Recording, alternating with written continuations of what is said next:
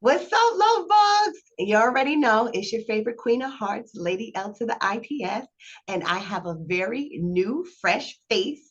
Now, this lady is not new to me, but she's new to y'all. I have my little cousin, Deonna, joining me today. And this segment is a little deviation from the profession confession that I had started and was doing with a few other people, as you'll come to see. The reason why I wanted to do this here with Deonna is because when I was doing my intro video, I asked my viewers and supporters to send me some questions that they would want me to answer on all things love, life, sex, and relationships, because that's what Sentimentally Speaking does. And Deonna's questions were, I wanted to say they really had me like, wow, I don't want to just answer this. I want to have a dialogue with it. And I invited Deonna on, and at first she's like, no, I'm shy. I can't do this. I'm like, you ain't getting out that far. Because let me tell y'all, Deonna is that relative that when we have discussions, she's going to debate you. She's going to poke you. She's going to prod you. She is going to challenge you. And I think that this would be the best platform for us to be able to really dive deep into her questions. So Deonna, say hello. Welcome to our platform. Hello, everyone. And Vi, I want to say thank you. I am honored. I was really shocked that you wanted me on here. I'm like, what can I provide? But I'm glad you wanted me, and I'm glad I'm here. I'm so glad you accepted it, because I feel like everybody has something that they have to offer. And I Mhm. definitely find you to be intelligent, to be thought provoking. I love that you don't just agree with us, even if you might agree. I love that you push the button, push the envelope, and get us to think deeper. I'll never forget that debate we had on your mom's back porch, and you was just going against Yeah, the grain. Everybody else is like, "What, Deonna?" And you at the end, you was like, "Oh, I agreed. I just wanted to push the right. envelope." And I thought that was cool. So let's get into some of the questions you ask. And I think these questions really go into love and relationships.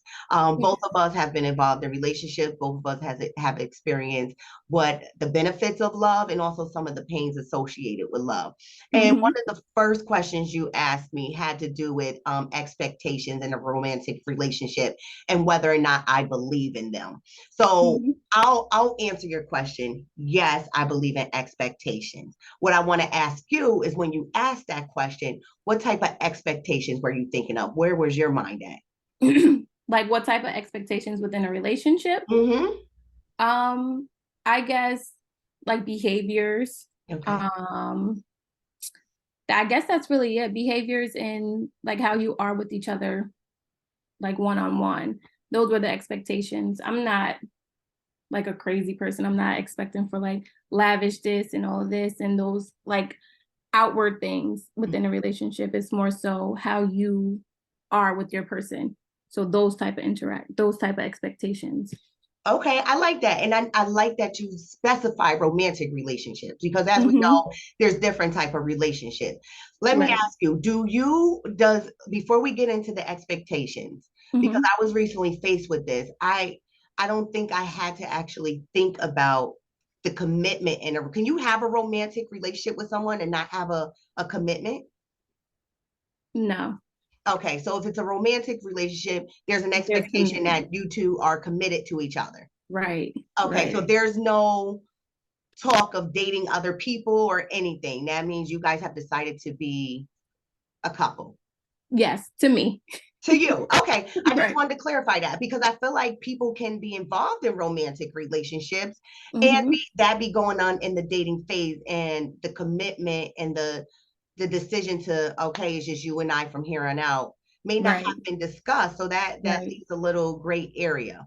Okay, Right. so we're talking about committed romantic relationship. Right. And I do want to say, I did specifically say romantic because I've had, friends, other relationships that have expectations that I don't know. I just wanted to specify the difference because I Mhm. do view each relationship different. I don't treat all relationships the same. So that's why I wanted to specify romantic. Okay, and I appreciate that. So when we talk about behaviors in a committed romantic relationship, Mm-hmm. I do believe in expectations. I also believe that people can't live up to our expectations if they're not clearly communicated, Mm-hmm. right? So Mm-hmm. if you and your person are out on vacation, and they're chopping it up with the bartender. And Mm-hmm. you like, hey, you've been talking to her for way too long. I'm sitting over here poolside waiting for my drink, and Mm-hmm. y'all talking about resorts and the next big Mm-hmm. thing coming to the property. But how do you feel like your romantic partner is going to know your expectations if you never convey those expectations to them? Right. Well, I think one, experiencing them going through that, because sometimes you don't even know what your expectations are until something happens where it's like, oh, I didn't like that. So now that becomes the expectation of you. Um, yeah, I think it's really, I don't think it's like upfront, like these are my expectations, like and lay it all out. I think it really is like a progression of things, what you guys are going through. And when something arises, you say either, like I didn't like that, or that's not okay, or whatever the case may be. And then that becomes like an expectation. But I Mm, also think like in before you become like committed to someone. I think those, without clearly saying it though, I think the expectations are known, like mm. certain things when you're in a relationship, Or right? assumed, exactly. We Right. have Or certain assumed, yes. expectations. If we're in a committed relationship, you're not going to take somebody out on a date. If Right. we're in a Right. committed relationship, I don't even want you dancing with anybody else. If you Right. go to a bar or nightclub, no. Matter of fact, if we're in a committed relationship and you see somebody we both know, don't be generous and buy that person a drink. They came there, they should have their own. Like, I feel like our boundaries. I don't know if that's known or See, assumed. I don't that's what know. I'm saying. Yeah. Yeah. So, So those, go yeah. ahead. So when those situations arises, it's like gonna be a continually like a learning process.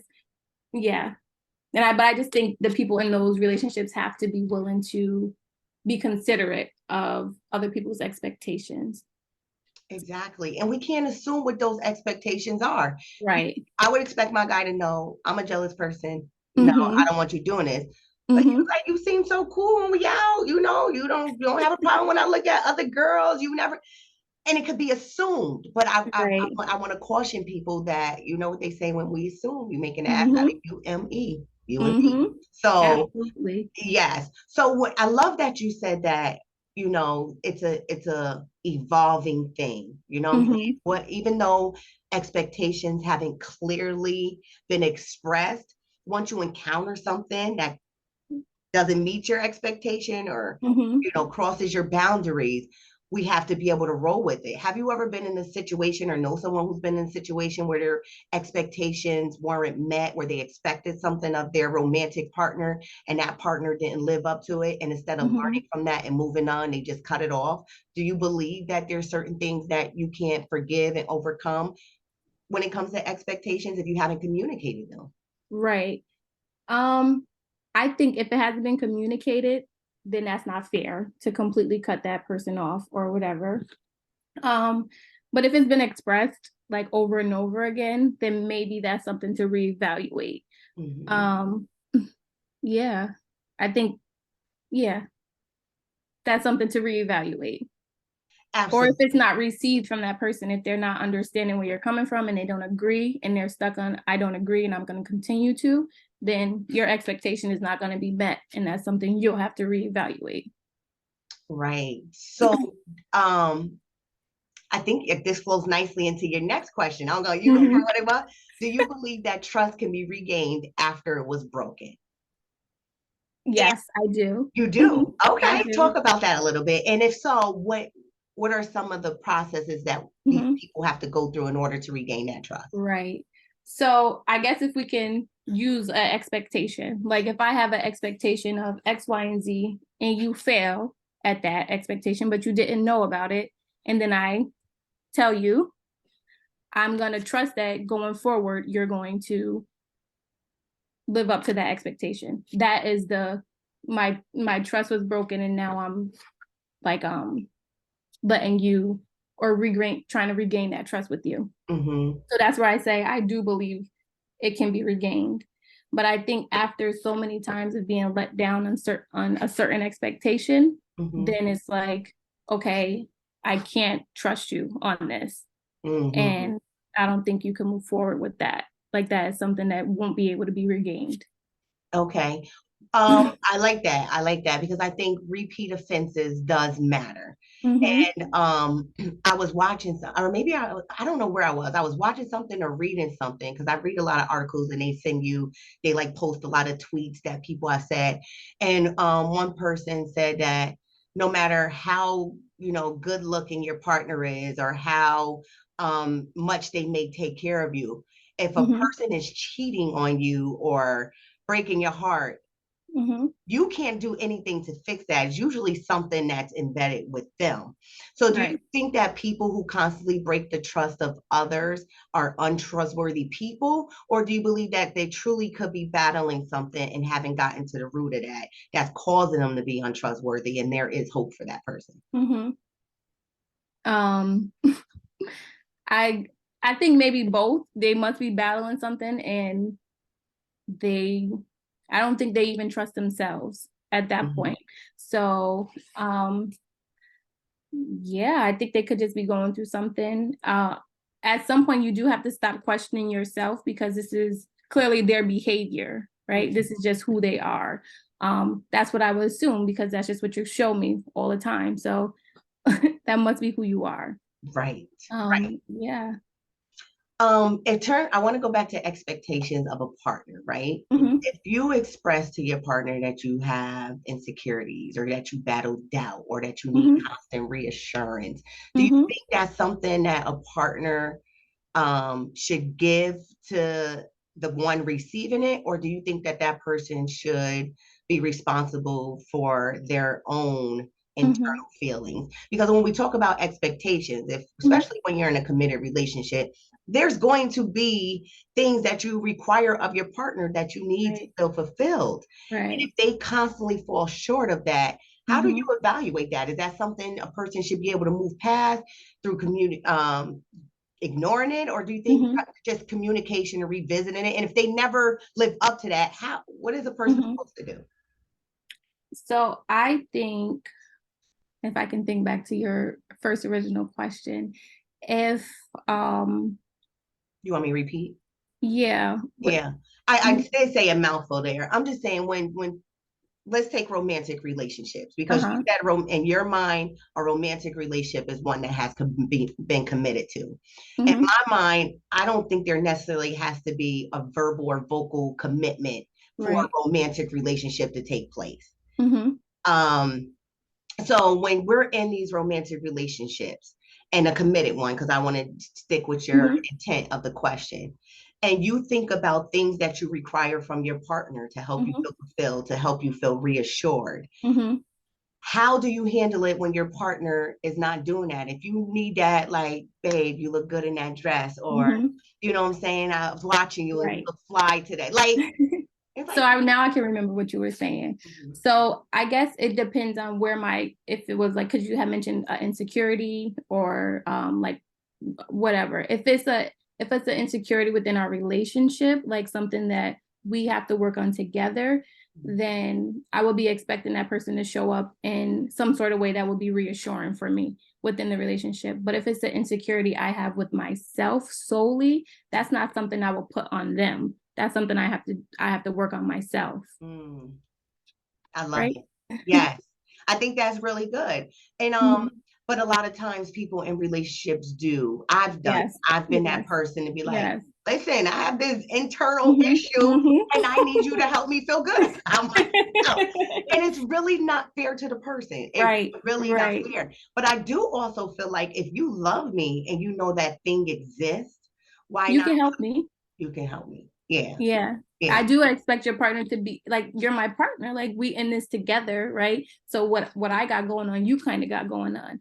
But I wouldn't solely rely on you to make me feel good about something that doesn't even really involve you. But Hmm. if it's something like us related and it's something maybe that you caused or whatever the case may be, oh yes, you got to do the work to make me feel better about it. Yeah. Mm. Okay, so let's say you and your guy y'all on dates and he constantly points out the beauty or attractive features in another Hmm. woman, and that Hmm. causes you to feel a little insecure, feel a little Hmm. jealous. Is Hmm. is that a you thing or is that your partner thing? But very rarely does he you know. Compliment you. Yeah, no, that's a That's a him thing. And if that's what you want, go do that. But I don't want to hear about it. You can think it, I don't want to hear about it. But then you talk, I would need to, yeah, I would need that reassurance. You keep speaking on certain things or qualities that I don't necessarily have. What is it that you see in me? Those are the things that I need to hear. Mm-hmm. Yeah. Yeah, That is so that's a mixy bag. right. That's why I brought it up, because I'm like, okay, we could take this Yeah. two ways, because a person who has natural insecurities are Right. that's just them, you know, maybe I'm too thick, maybe I'm too thin, you Mm-hmm. know, I want Mm-hmm. bigger boobs, I want bigger lips, or Mm-hmm. what have you. Mm-hmm. And then your partner's kind of like, dang, look at those lips, or you know, check out her hips. And it's like, Mm-hmm. Mm-hmm. is that a me thing or is that a them thing? Are they? Mm-hmm. So Mm-hmm. that's what made me, because you said it depends, you know. I like that Right. you brought that there. So getting back to trust that's regained after it's broken, Mm-hmm. is there a number of times they have to break that trust? Is it a intensity of when that trust Uh-huh. is broken? Like, how can someone watching this, right, evaluate, Mm-hmm. like, damn, I've been that person where I've forgiven, you know, Uh-huh. over and over and over and over again. Mm-hmm. Maybe it Mm-hmm. wasn't 2 times, maybe it was 5 times, maybe it was 6 times. Mm-hmm. How does someone really know when, like, this person I just can't keep trusting them, or I can't ever trust I think your body tells you, your mind tells you, your heart tells you when it's like, all right, this is not something that I can continue to keep going through. And you know it's coming, right? Because you don't have that trust anymore. So them? it's like always over your head, right? And I feel like within a relationship, you shouldn't always have something like over your head or waiting for the shoe to drop or something like that. So I feel like when you are constantly feeling like that, then that is your sign. And it may be the third time, it may be the fifth time, it may be the sixth time, but that feeling is going to come. Mm-hmm. You'll know.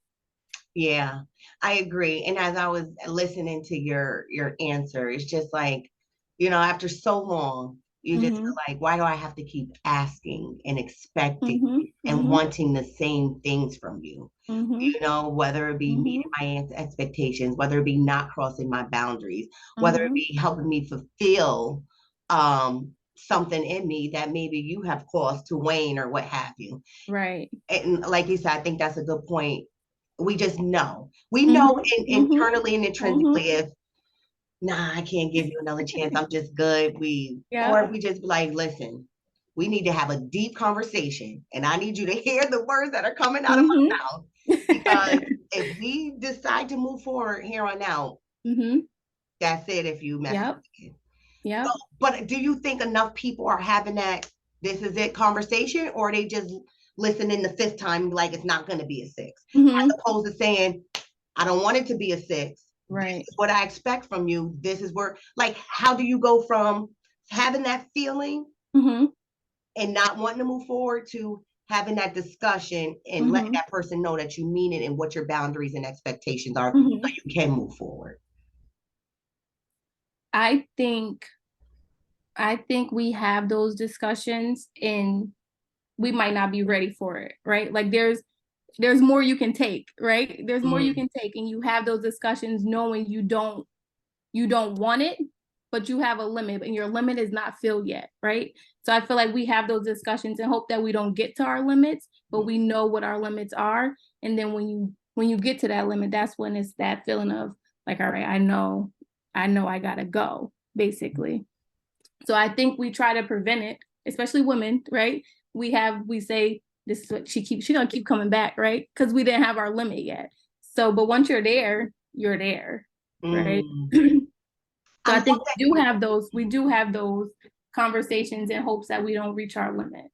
But Yeah. um, And I feel like that's the important piece, right? Because I mhm, don't think it's a quantity in terms of the number of times you violate or offend, right, as right, much as it is that threshold. Like, right. I'm just tired of dealing with it. Because I just think of, you know, committed relationships I've been in. And now Mm-hmm, I spent years expressing the same thing. Like, mm-hmm, this is what I need. This is what I want. This is what I yep, hope. This is what I desire. And it, yep, you know, and it probably went on 15 times before I mm-hmm, said, mm-hmm, all right, I'm done. And it got to the point where I feel it. And I think, like you said, women are gonna feel it. Like, I done right, had this discussion so many times. Like, I clearly mm-hmm, outlined, and it wasn't like it was violations in different aspects where you could be like, oh, we didn't talk about boundaries in the club, or Mhm. oh, we didn't talk about commenting on somebody else as they walk by, because that has to be gauged. Right. I'm saying? Different Right. circumstances may show up differently. Mhm. And I just think that Mhm. until that threshold is met, it's not a certain number, ladies and gentlemen, and just might be like, have I clearly outlined what it is that I'm looking for and given this person to provide it, knowing Right. what it is that I want? Right. Yeah. So so you typically are at a feeling or a threshold, but are you going to communicate it? Are you a communicator in your relationships? You're constantly expressing your disapproval or disappointment, or do you let things fall by the Probably too much. uh, Probably too much. Like I've been told before, like I speak too much about the bad stuff and not too much about the good stuff. But when we're good, right? Like I'm good, what's going on.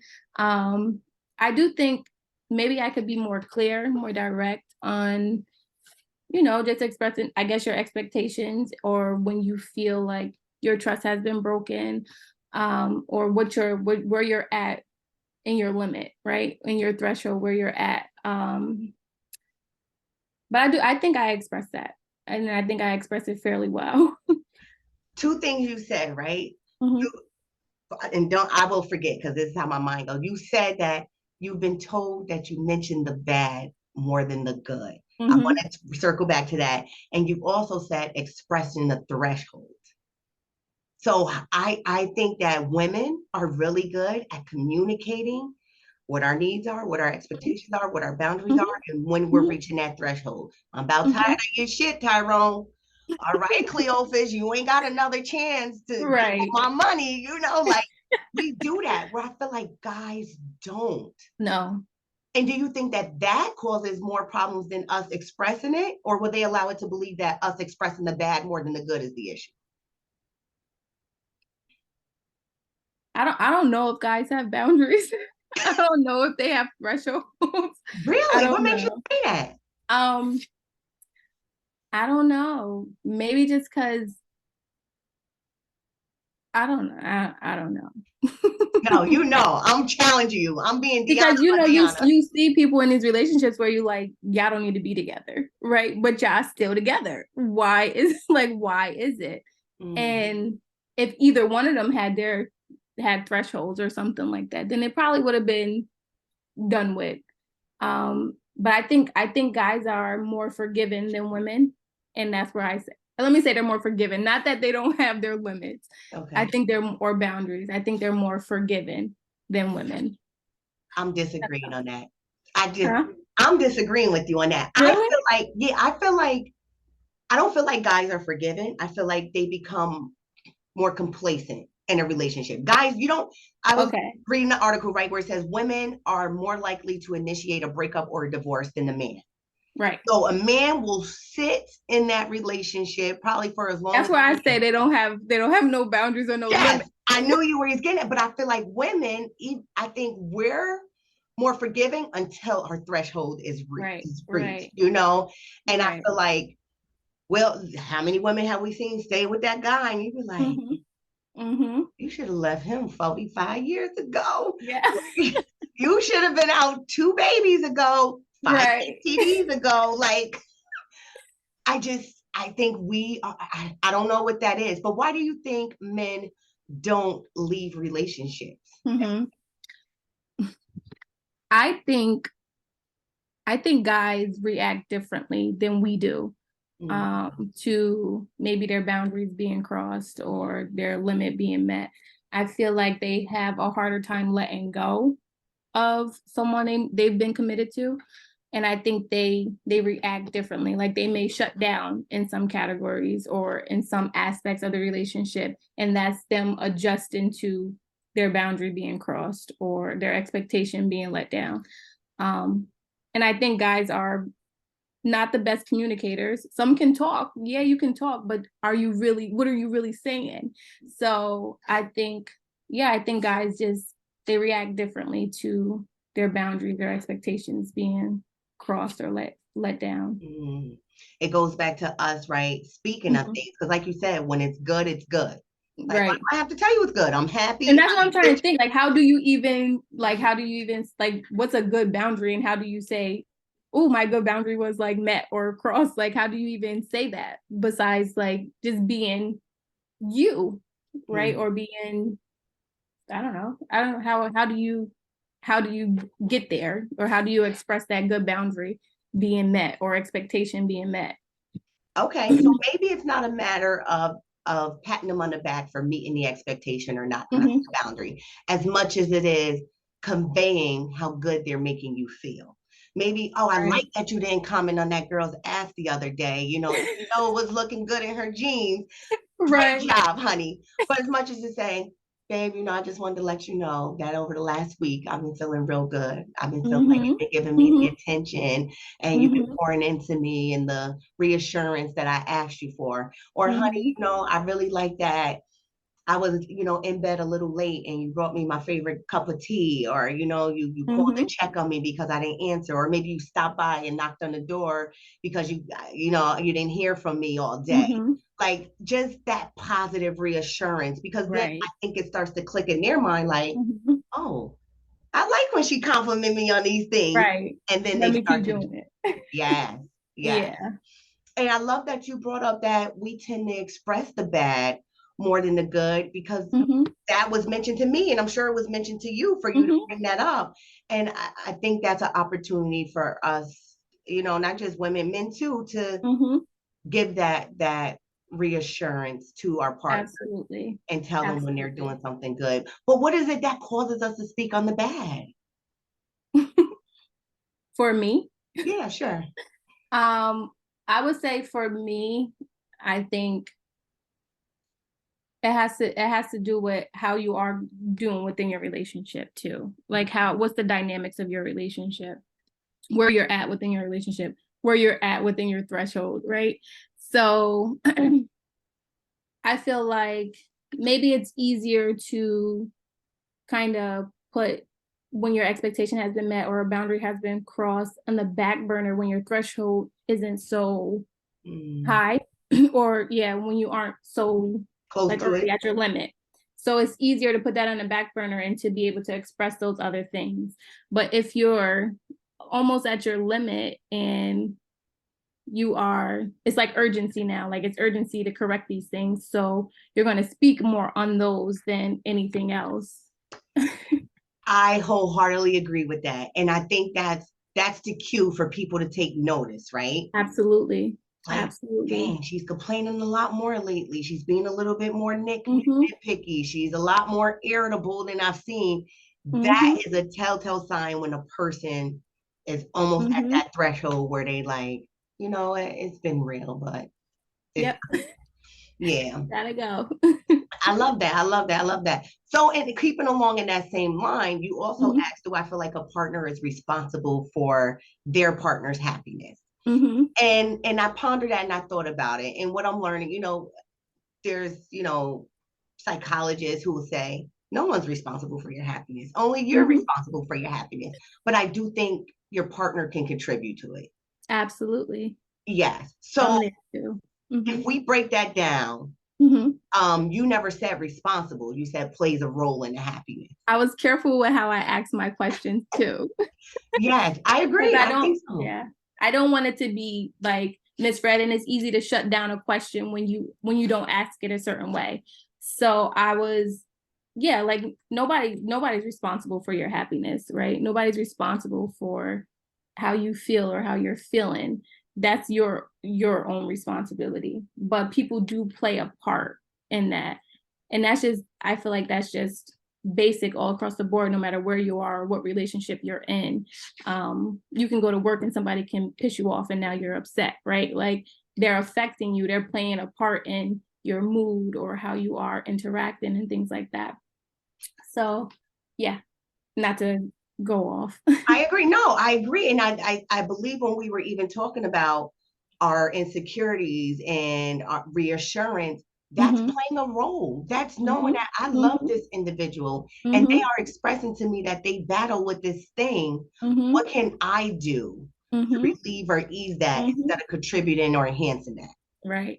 Right. So I absolutely do agree that I do feel people play a part in your happiness. And someone can either make you mad, make you upset, make you sad, or somebody can make you happy, like, and make you feel good. I'm not saying that you're only happy because that person is making you happy or making you feel good, but that's adding to it. concur. So one Mm-hmm. more question I want to ask you, right? Because you Mm-hmm. did mention gender roles. You alluded to gender roles in a Mm-hmm. relationship. I believe your exact question was, do you believe that there are specific roles within a relationship that are dedicated to a man or a woman? And I feel like yes. I feel like yes. Whether or not it's, do I believe that the man should be a provider? Absolutely. But does that mean that the man should be responsible for all the finances associated with the household? Not necessarily. Right. Right. What's your take on being a provider? Um, I don't know. I'm 50-50. My parents both contributed. I don't know who was more or who was less, but I know they both contributed. Mhm. So I'm there where I'm not expecting someone to pay everything, like you said, but you do have to contribute something. Um, yeah, you have to be a contributor. Mm-hmm. Like I want my man pay the mortgage and the car note. Let me do the car insurance and the groceries and those Right, basic utilities. But right. also, I feel like if we're blessed enough to have a partner that's gonna hold it down financially, when that man needs $5,000, $10,000, you better have a savings. When it's time to go on Absolutely. vacation and he's like, "Yo, can Mm-hmm, you cover the flights?" mm-hmm, You better be able to mm-hmm, do that. You can't just be mm-hmm. blowing your money on frivolous stuff and then Right. can't come through when he needs you because I think that is a huge turn off to me. Absolutely. I agree. Taking out the trash. Who takes the trash out? Who takes the trash out? Mhm. I would say that it's typically a man's role in my brain, but I grew up taking out the trash. So It's your trash night. yeah, I don't mind taking out the trash, but if you with me, you should take out the trash. You should take out the Okay. trash. That's just my Details. thought. I don't like touching the garbage like you do that. But I don't mind cleaning. I'll clean the toilet, I'll clean Right. the fish tank shit. I'll clean the Mhm. washing machine and the dishwasher. Like, just don't make me take out garbage. I hate Right. it. And I don't want to mow any lawns. Why do I need to be outside in the heat or cold Right. shoveling? Right. So I do believe in those roles. hmm And I just want to say, as a disclaimer, whatever fits you. If you want to mow the lawn, you can mow the lawn too, women. Like that's fine. Some people want to. I had this conversation with Brittany. She want to mow the lawn. Okay, great. You can mow the lawn. I don't want to be the one to mow the lawn. To mow the Fact. lawn. Is Shout that out to typically a Brady. guy's Hey, job? Yes. Brady. I agree. She Yes, she might might have want to peace do of that. mind. It might be comforting for Yes. her. Yes. That's Yes. true. That is true. If So you want to shovel, shovel. I don't want to shovel. I think you should brush my car off if it's snowing as well. Just more time, go out, brush my car off, please start it up, get it warm. Thank you. and we talk going back to the original intent of the conversation, the original question, expectation. Don't Right. let me get up for work and my car is full of snow and you don't drift off. You ain't even warm Right. it. No, that You didn't look at my car as you was brushing off your car to say, let me brush hers off too. I No? Okay. probably pissed him off yesterday, telling him how bad he was, and he put extra snow. Right. Like, screw her, Right. she could clear her own car off. Oh, well, Deonna, listen, I think this has been an exceptional segment. I love that we were able to dive into some things that a lot of couples face, committed Mm-hmm. couples, romantic couples, non-committed romantic couples. And I think Mm-hmm. it gives us something to think about. It definitely gave the audience something to consider. I believe that there's a moral of this story, taking it back from expectations to building trust. So if you had to Right. sum up this segment and give a last piece of advice or words when it comes to everything that we talked about, what would Mm-hmm. be your conclusion? My conclusion would be, I guess, just being firm in what you expect from a relationship, being willing to work on certain things within your relationship, being open and considerate of the other person you're in a relationship with, and being willing to do the work when things aren't perfect. I like that. I once heard that forgiveness is a process.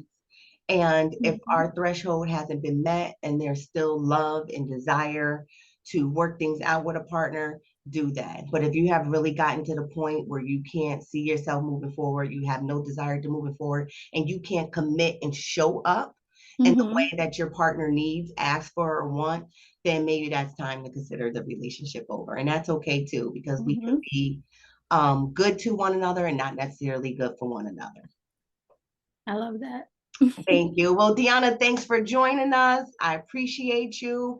And to my love bugs, the audience out there, as always, thank you for tuning in. As I say, you could have been anywhere in the world, but you chose to be here with us. Peace, love, light, and blessings. Take care, y'all. See you later. All right.